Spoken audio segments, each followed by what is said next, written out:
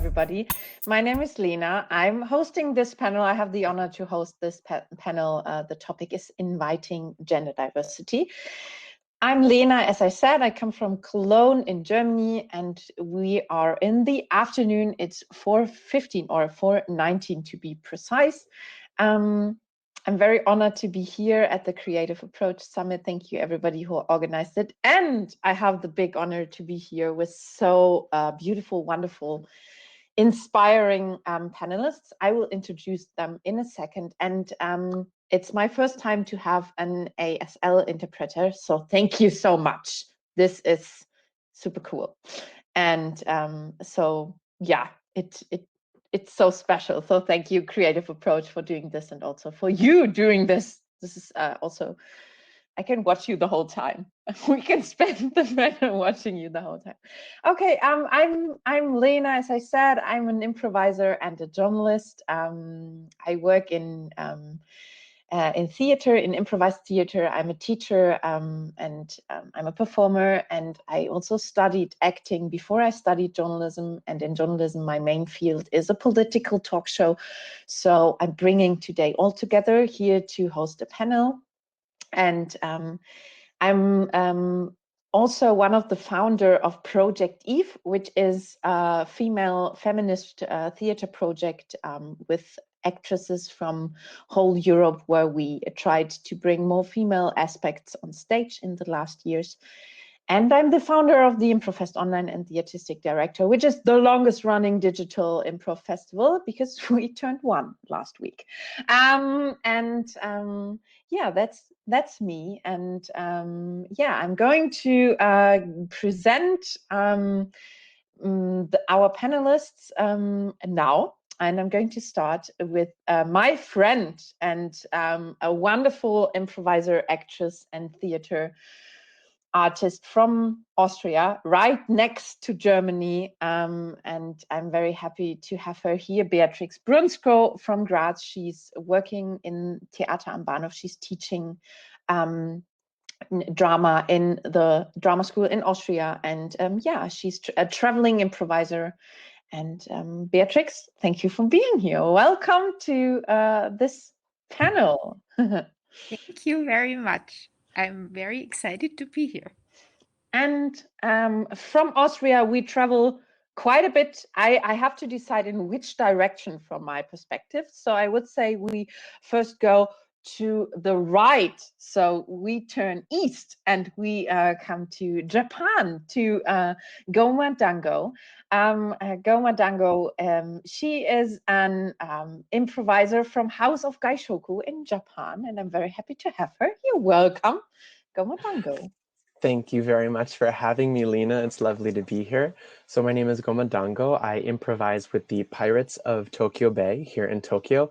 And I also organize and run a drag house called House of Gaishoku. We have all sorts of queer performers under the lovely rainbow that we love to fly at every show. So looking forward to talking today. Yoroshiku onegai shimasu. I think that was something friendly, so thank you for that, Yes. Goma. Okay, Yes. Great. So, and then from our perspective, to stay in this very childish version of East and West, but I turn left and we go west, straight to California, and I'm happy to have them here. It's Jess Weiner. They are event producer and childminder from Topanga in California. Welcome, Jess. Nice to have you. Hello, nice to be here. Yes, my name is Jess. My pronouns are they, them, and I am an event producer and child mentor. And right now I'm working on this platform on Remo, producing a wellness festival for the queer community. So, great. Called Some of Us. Okay, so and it's going to happen here on Remo. It is, yeah. It's my little plug, you know. It's called Some of Us Festival, and it is happening right here. And Mark is our wonderful, one of our wonderful interpreters. And yeah, it's happening in a week. So. Oh, great. Okay, tell us more later at the coffee table. Oh, and Lauren is already posting the link. So cool. So yeah, and that's also, please, dear audience, please out there who are listening and watching us, please use the chat. If you have any comments, if you want to ask a question, if you want to comment to anything, I will have a look at it all the time, and I would try to bring your opinion into this panel discussion. What are we talking about? The title of the panel is Inviting Gender Diversity. And this is something where I worked on a lot in the last years. But just to make this clear in the beginning, I'm a non-heterosexual, but I'm a binary person. I'm female, I identify as female. So that's the perspective I'm coming from. Yeah, but still, so my perspective is of gender diversity was in the last year mostly the perspective of female and male and how to bring more female artists on stage. That was what I'm working on in the last years, and this is where I come from, just to make it clear from the beginning. So I'm very happy to have also other perspectives on stage here in the panel. Sorry, and I have to say that I'm from Germany and English is not my native language. So if I'm doing stupid mistakes, just write them in the chat. I will make fun about it. Yeah, so this is the perspective where I'm coming from. And for me, this topic of the panel is something which has been, yeah, very important, because if you look at the theater scene and at the art world where I'm working at the moment and where I grew up, I went to drama school in Germany and everything. It is and still is, it was and still is super male dominated. And the perspectives we have as improviser on stage and the stories we tell are mostly male orientated. And for me, this is my biggest belief, is it that it's just a reflection on how society is out of the theaters and whatever we are doing on stage. So I think that we are a reflection on what is happening out there. And this is what I want to talk with you about tonight, this afternoon, whenever it is for you. And yeah, so my first question will go to Trixie directly, because I know Trixie from before. We worked together a bit, and I also know her career as an improv or as a drama teacher there. And maybe Trixie or Beatrix, you can describe how it is, how you see the situation at the moment on European stages, on Austrian stages, concerning gender diversity at the moment. Yeah, I have two different perspectives on it. Like I'm a drama teacher and I teach at the University of Performing Arts in Graz, and we educate for the big stages, for the state theaters and all these like conservative stages. So we take 8 people in a year, and usually we had these things, we have to have 4 female and 4 male performers. That would be the best mix. And the situation I witness every year, and for 4 years I'm in the committee, or how to say this, the board that is choosing the 8, is that there are so much more female candidates, and it's at least 2/3 women and 1/3 male men who want to get in the age about between 18 and 20 years. And then we always have the thing, but we have to take 4/4. But it's just there are so many more women, and also honestly, some years we could take 8 women because they are the most talented people who auditioned. And so the problem we have is that we educate for the market, and the moment you leave school, you are out there, and then all what Lena just said happened. It's male dominated, and in the theaters there are more men than women, and then you produce more unemployed female actresses than male actresses. So that's the main thing we are like, we have to deal with. But since the last year, we made it in our school that we said, okay, we cannot do this anymore. It's just like, it's how it is. We take people in who are talented, who we think would be good as a group together, who would support each other, who are like fun to work with for 4 years as well. And where we think that they will be like cool and good actors one day, so the actresses one day. So we try to change this. It's always a discussion in the board, but we try to change this. The last year, students are 6 women and 2 men. That was the first time ever in the school that this happened. And so we start also to attract more.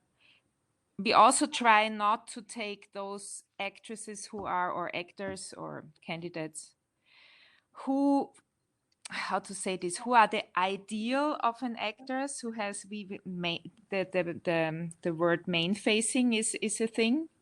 So like you educate those people who look like they should look when they go on stage. This was also a long time in our school. You had to have the small blonde girl in the group, and you had to have one big girl, and you had all these like gender stereotypes or character stereotypes had to be presented in the class so that they fit in the market then. So this is also a thing we really try to change for the last 5-6 years, that we try to get the people who represent the people who are out there, so that like people can connect to the actresses on stage and actors on stage, because they represent their life and being. Yeah. So, but it's hard. Yeah, and I think you're already mentioning a step forward, because when I went to acting school, which is, let's say, half a year ago. No, I'm just joking. A few years ago. They told us that they will take 70% men and 30% female, because this is how the roles are in the big drama plays at the big conservative theaters. Of course. And so there was already an inequality in the moment when you got to the school. And this was like reproducing. So the competition between the female candidates was so much higher, because there were more female candidates but less spaces. So it's already a step forward that you say you take 4-4. So that's already. Last year we take 6-2. That's so very good. So, really cool. Yeah, thank you, Trixie. So Jess, you're coming a bit from a different, like, a field. You're not directly coming from the improv stage, but how do you see it in your community, like in the child producing and the facilitator role? How is it, like, do you deal with those inequality issues, or how is it in your community, in your field? In production, I almost mainly work in the queer community. So the answer is no, because the crux of the queer community is expression. It's the spectrum. It's not only your orientation, but gender is included in that, and so prominent too, to have so many different gender expressions. Just to qualify my proximity to acting, I did go to theater school and performing arts college for over 10 years. My partner is also an actor, so it's interesting listening to this perspective of what goes on behind the scenes of an acting school, and just kind of trying to take myself back there to my college especially, and wonder where I fit in to that, to those, like, we have to take this many women and this many men. And at the time I was not out as trans, as genderqueer. However, I was very gay. So anyway, within production, it doesn't really show up, but within child mentorship, it definitely does, because I mainly work with inner city groups, and I think in a lot of communities, gender is still very, is still the precursor. It's still, the boys have to, go out and play soccer while the girls do arts and crafts kind of thing. And the nice thing about me is that when I came into this environment, when the kids come into my environment, because I mentor at a sleepaway camp, they don't know who the counselors are going to be. And their parents, who are some of the supervisors, don't know who the counselors are going to be. So they're stuck with me. Not only that, but I'm the one that's taking care of their kids. So no matter what they think about the LGBTQ community, they're stuck with me, which is kind of nice because they want me to do a good job taking care of their kids. They have to treat me a certain way, and that breach of trust or that trust forces them to be curious instead of being judgmental in any way, or instead of being scared, which happens a lot with certain cis communities. Cis meaning that your gender relates to the one that you were born into.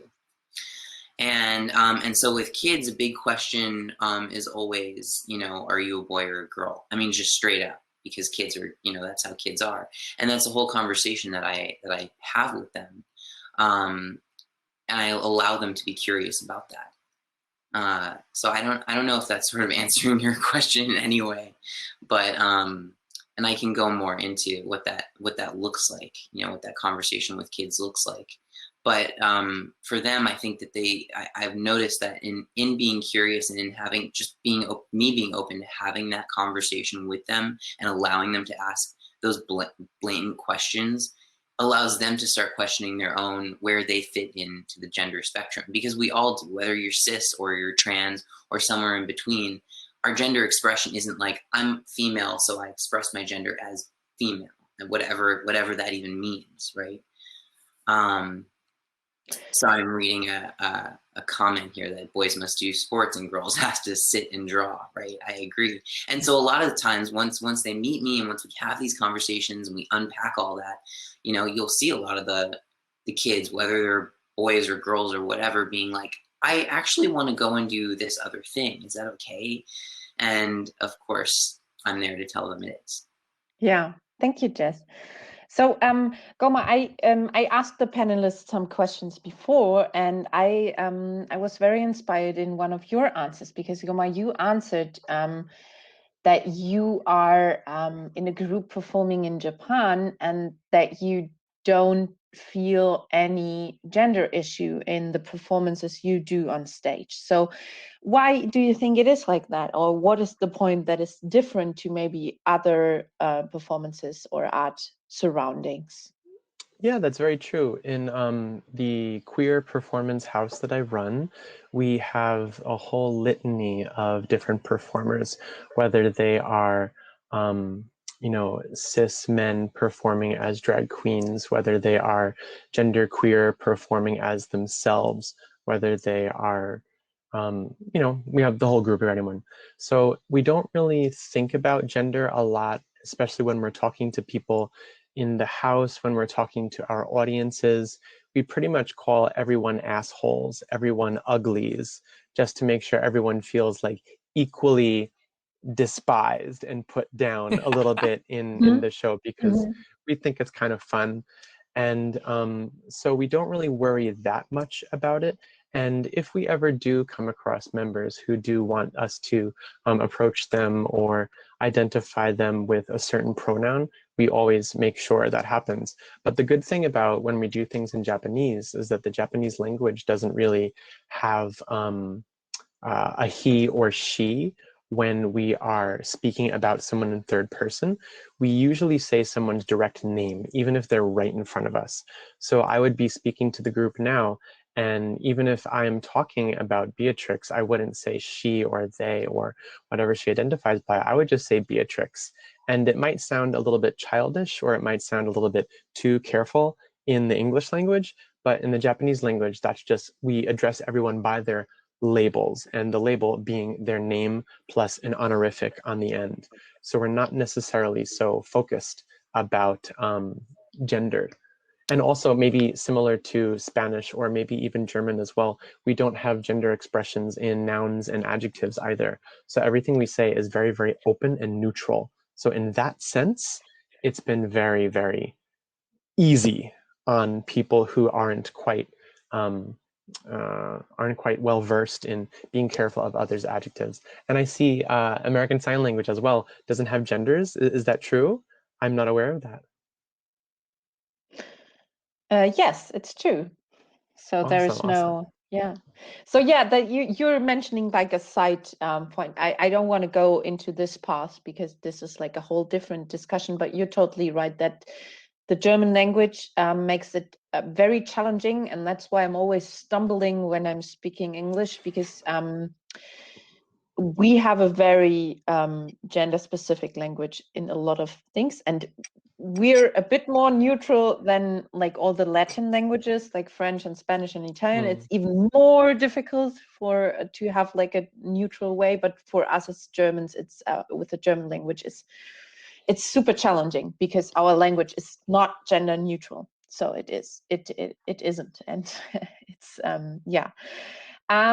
So yeah, interesting. I truly think that and this is also just because you were already like going into this path of what can be done and what you are doing with the children and what conversations you are having. I think that like if we talk about improv or any art that brings like theater that is on stage, it's about telling stories. Like we're telling stories in any, like this is the base of the art, is telling stories.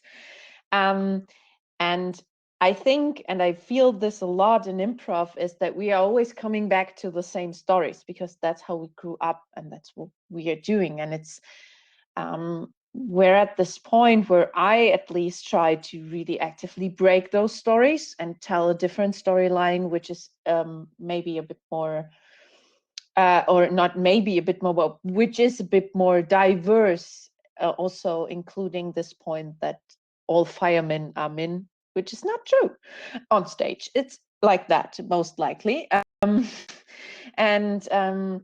things like that. So Jess, do you think that not even like the conversations you have with the children, but also the stories that you tell them of that you're maybe producing or as a facilitator are like changing in the last, or do you actively try to change them while you're talking to the children or working with them?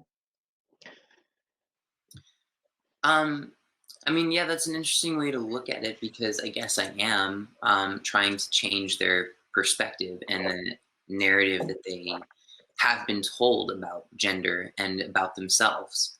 And I mean, improv is interesting because we're always improvising, really. We're having conversations. I don't know. I have a general idea of what I want to say, but I don't know what I'm going to say next, technically.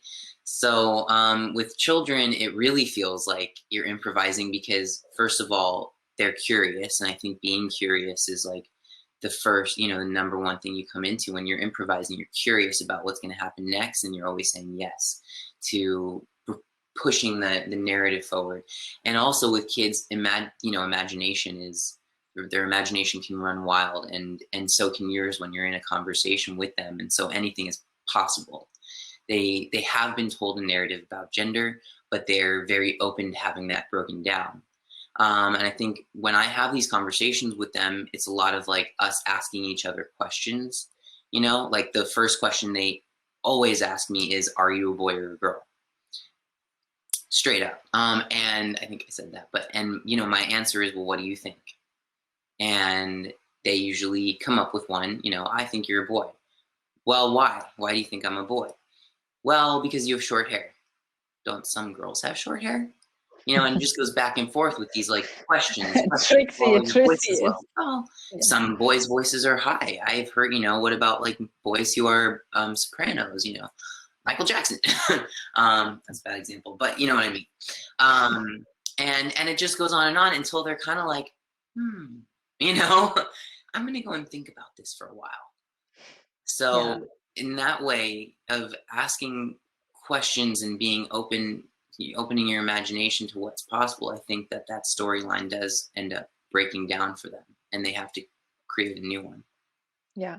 Do you think, Goma, that your stories that you tell on stage in this queer performance house are different to like maybe stages that are not dedicated to be queer rainbow stage?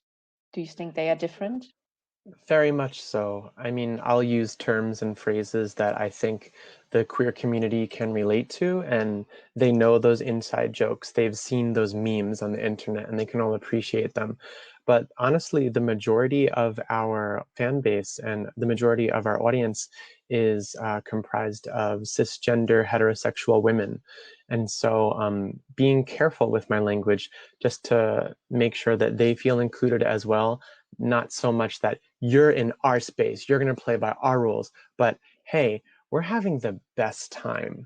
And if you want to have the best time too, learn a little bit about us because we're learning a little bit about you. Not even that we're learning a little about you, but we all grew up in your world as well. So welcome to our world, and this is how we're going to do it. So I am very careful about not laying too heavily on all of the queer jokes all the time. But yeah, it's kind of a give and take, I'd say. Yeah. And Trixie, do you is this something that you actively try on stage to change the narratives you're working with? Yeah, I try to, like, I'm more than 50 years old, and like I'm like grew up in this world, in this man dominated world, and so it's in my bones. And if you improvise, you just like you let your reflex out. And when you say all firemen are men on stage, I also catch myself being a firefighter like this, and never like in the first thing. So you always have just to tell you that even if I'm only 13, I feel the same, Trixie. So you know. Yeah. But that's the thing, like to go against your whole education and you against your whole now it's my socialization. Maybe you can. Socialization, yeah. Thank you very much. And social education, I would translate it as social education. Thank you very much. So this is a fight I'm constantly fighting with myself, and I'm getting better and better. But I was just thinking about like the stories we tell, and also what stories, so I have to relate to chess, what stories we tell the kids. What stories do they see when they turn on TV, or when they go into a movie theater, or when they go into a theater? It's like, and this is where the theater is responsible. It's like, what stories do you bring on stage? Are you continuing to tell the old stories, like the old stories, or do you start to tell them in a new way? Maybe telling, having, I don't know, like Shakespeare did. In Shakespeare plays, it was like men, women. Sometimes you didn't know. Of course, they were all played by men, but also this is an example that the gender of the character was not really tied down to the gender of the actor. And when like was what we try in drama school is at the moment like to have scenes, and it doesn't matter if it's played by a boy or by a girl, because it's a human interaction, it's a human thing, it's a relationship between two people. Sometimes it matters what the gender is, but most of the time it actually doesn't matter, because the story can happen between every kind of gender, every kind of person. It's about what's going on between two people. So I think to start to produce on stages and on screens stories that are not related to gender. That's the responsibility of what the theater has, so that the education and so socialization starts to change.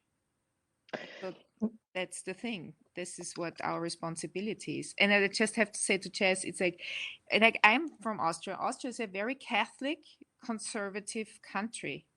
And like nobody in Austria, like as far as I know, it's probably very unjust to say this, but as far as I am aware of, that boys and girls, when they come into what a kind of like a youth camp or something like this, they will not get asked if they are boys or girls, what they feel about. This is not the question. This is asked in Austria to kids.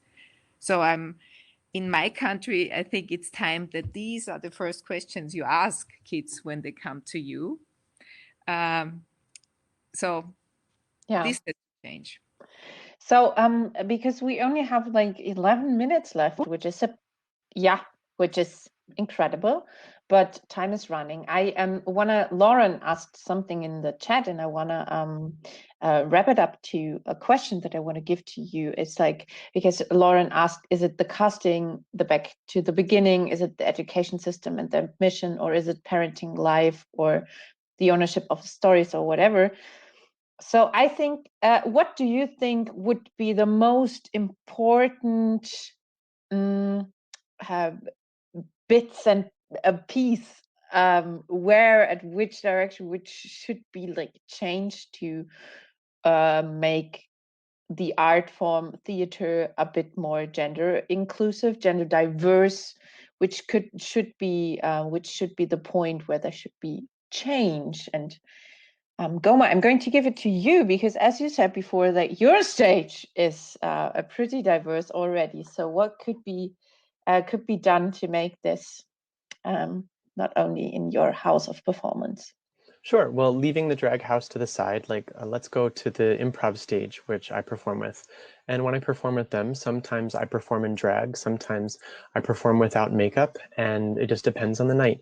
And the thing that I like to do whenever I am about to do a new character, when I'm about to enter a scene, I think about what is the most stereotypical expression of this character, and then I try to do the exact opposite. So like going to Trixie's example of a fireman, I'll come in and I'll try to act like my gayest self, but I'll state very clearly, I'm here to put out the fire. Who's hot? And like, I'll just make it like that. And everyone can know I'm a fucking fireman. Deal with it. And then it's set and everyone is kind of like, oh, I never saw a fireman like that before. Okay, cool. And so just coming into it, like it's a little bit, making fun of the gay lisp. It's making fun of the queer community a little bit, but I mean, everyone deserves to be made fun of when you're on this comedy stage. So I think it's perfectly fine. But yeah, going for the opposite is something that I like to do a lot. Thank you. Trixie, Beatrix, what do you think? Where is the point that has to be changed? Like, yeah, I think, as you said, you said that, Lena, before. I think to leave the cliche we always play on an improv stage. I think it's very it's very important to use your own stories, to use your own life, your experience you have with your everyday life, because then it's special. And then even if then you bring something on stage which is very old-fashioned, but it comes from an experience you went through, then you can question it, and then you can take a different point of view on things. So as an improviser, we always tend to go for the cliche and play something we imagine how it is. But if we would use us more and what we see, and also our political attitude to things and what we think about the world, if we put this on stage into our characters, then I think a lot is changing. Or at least it's different than the 1,500 sister scenes where sisters are fighting about a man or a piece of clothing. Yeah, while doing nail polish. Yeah. Yeah. You know what I mean? I hope. Yeah. So and Jess, what do you think is at the point to open it up to more diverse? I have an idea what you might answer, but I'm going to leave it to you. I don't know. I mean, honestly, as a viewer and lover of theater and film, I think that theater and film are the answer to social education, what you're talking about, because it's what drives people's knowledge of culture. And, you know, shows like, I don't know if anyone here has seen Euphoria.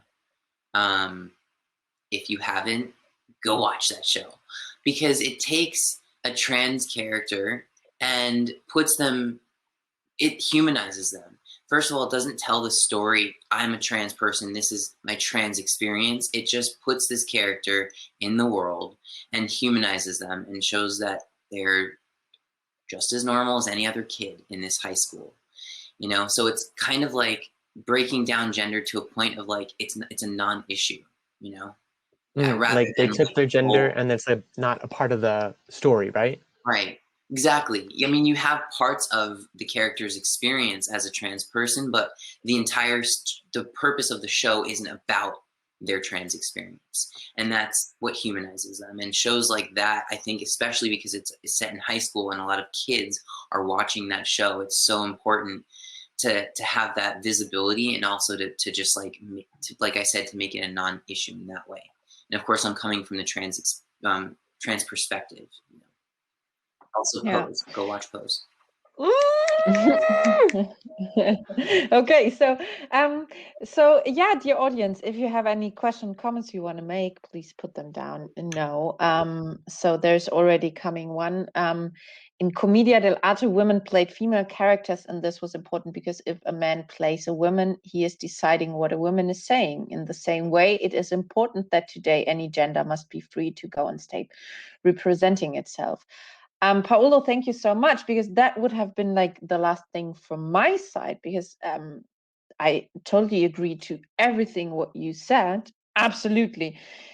But for me, it's also a question of being represented on stage and seeing as an audience member and as somebody who's sometimes audience, sometimes on stage, and also teaching a lot, is like seeing being represented on stage. So seeing, for example, female leadership on stage, seeing queer characters on stage, seeing trans characters on stage, seeing all this on stage, just normalize it, as you said, just humanize it, just being there and being a firefighter, or whatever. And this is for me because it's also something where you can see, like, as Trixie said in the beginning, a lot of the people who are doing improv or arts in Germany are female, are girls or women. But if you go into the professional life, it becomes more and more and more and more male. So the female and also the LGBTQIA, the queer people, they are left out at one point. They do it as a hobby and then they are gone. And I think it's because they see themselves not represented. So you can create your own community, like you did in Japan, Goma, like creating a queer house of performances, a drag performance house, and then you create your own community. And I would say that's really important, is to bring those, to be more diverse, really be on stage. So have diverse actors and directors and everything. So this would be like my point, where we like continue, and everything what you said fills in there. So yeah, and we have another comment. Thinking back about TV from my childhood, the heroes were a specific type of person, sporty, masculine men. So were the comic relief characters nerds and geeks, and the villains, evil, often mysterious, were queer. Do you think media is improving fast enough? That's a question from Christian. What do you think? Do you think that the media... I think this is a very, very new discussion. Like, what kind of media? You have so many channels and media, so every community has the one channel that is representing their beliefs. Like the worst thing at the, like Fox TV, for instance, you know. So that's the question, is the media. There is no the media. When I grew up, there was one channel of TV, you know, and now you choose the channel and the stories you're looking for. So maybe there should be more media that are representing our beliefs we are talking at the moment about. Because no, this is just such a big discussion at the moment, like in my head, like all these bubbles we are living in, all these communities we are living in, and how do we pop our bubbles again so that we kind of start to come together again in a way. This is such a huge thing. And yeah, I think maybe it starts with what Jess said, asking children what they think they are. And it's all about how we educate the next generation, and what we tell them, and what stories we allow them to live. So thank you. Do you want to add something, Goma or Jess? If not, we have like 1 minute left to before we go to the coffee table, I think, for a while.